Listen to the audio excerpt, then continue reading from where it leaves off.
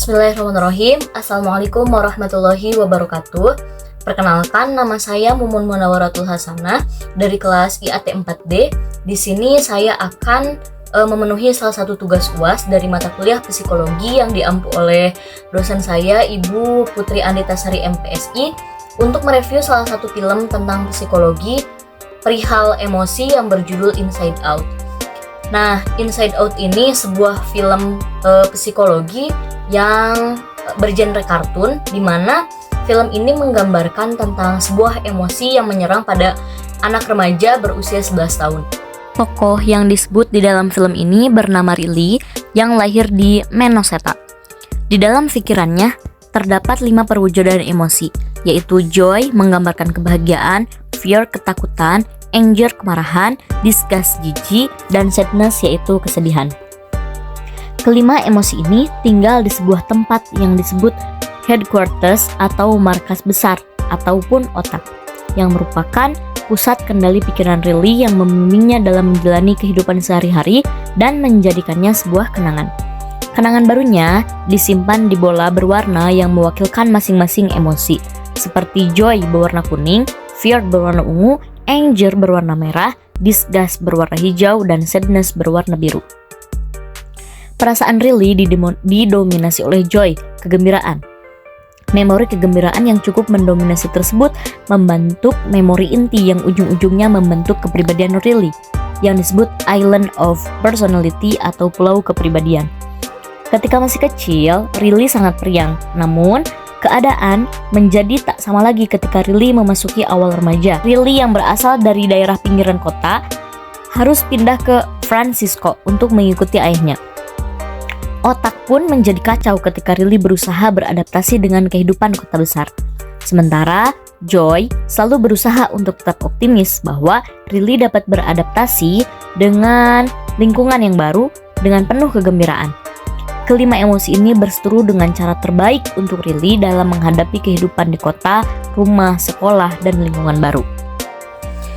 Film Inside Out ini adalah film petualangan kehidupan manusia dalam mengelola emosinya. Dalam animasi ini, emosi digambarkan dengan sebuah imajinasi yang tentunya membuat kita semakin memahami bagaimana cara kerja emosi. Nah, tapi yang harus kita ketahui adalah untuk apa kita mengetahui cara kerja emosi. Nah, salah satu fungsi kita mengetahui emosi yaitu untuk mengetahui apa yang kita rasakan di dalam tubuh kita, agar kita dapat mengatur bagaimana kepribadian kita dapat terbentuk. Seperti yang kita lihat di dalam animasi tadi, bahwa emosi satu dengan emosi yang lainnya itu saling berhubungan dan memiliki fungsi tersendiri. Seperti emosi takut itu berguna untuk melindungi kita dari hal-hal yang bahaya. Adapun anger itu berfungsi supaya kita memiliki rasa keberanian. Emosi yang digambarkan oleh fear yaitu mencegah kita dari hal-hal yang bahaya.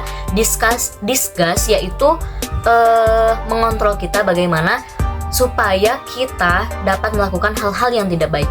Dan untuk sadness ini ternyata dapat membuat Riley bahagia. Seperti yang kita ketahui, di akhir cerita ini Riley dipecahkan masalahnya dengan emosi sadness ini. Riley memiliki sebuah keluarga yang harmonis, di mana keluarga adalah hal yang paling utama dalam keberlangsungan hidup manusia. Dengan berkeluarga, kita bisa mendapatkan rasa aman, rasa kasih sayang, bahkan keluarga bisa menjadi salah satu teman hidup kita. Hingga suatu ketika di mana Riley harus pindah dari rumahnya beserta keluarga karena ayahnya harus bekerja di kota yang baru. Di sana Riley terpaksa harus beradaptasi dengan lingkungan baru, dan pada saat itu kelima emosi ini memiliki perseteruan di mana membuat Riley memiliki pemikiran bahwa rumah lamanya itu lebih baik dari yang sekarang, seperti rumah yang sekarang terlihat kotor ataupun dengan sekolah yang tidak menyenangkan, seperti itu. Dalam hal klinis yang berhubungan dengan emosi, seseorang harus bisa mempelajari kesulitan-kesulitan yang akan dia hadapi sehingga kita mampu mengurangi resiko ketidakbahagiaan. Tentu Hal ini dapat dilakukan dengan perenungan, pengamatan, ataupun pembelajaran bagaimana kita bisa menghadapi hal-hal yang tentunya tidak kita duga.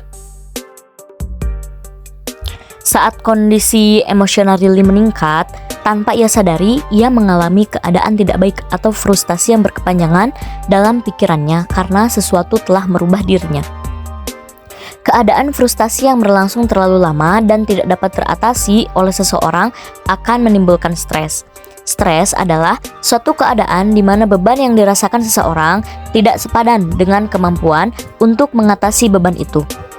Frustasi itu bersumber pada hambatan yang terjadi di luar diri maupun di dalam diri seseorang.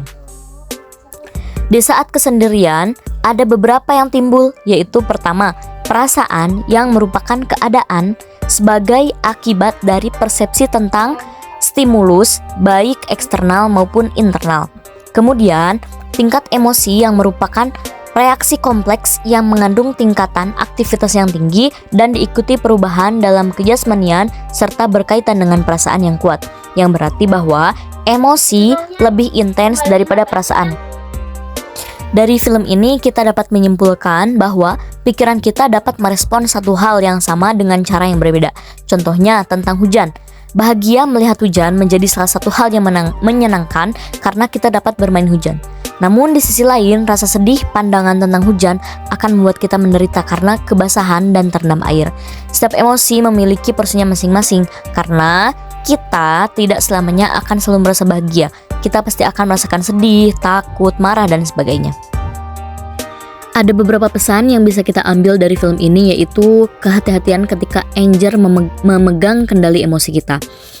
Anger memang diperlukan untuk kita mendapat keadilan, tetapi ketika kita membiarkan anger mengontrol hidup kita terlalu lama, maka anger akan mulai mengacaukan hidup kita. Karena anger ini akan membuat kita senantiasa mengartikan setiap kejadian tidak akan adil kepada kita, sehingga kita akan lebih mudah menganggap orang lain mengganggu kita dan kita akan memunculkan perlakuan yang tidak menyenangkan.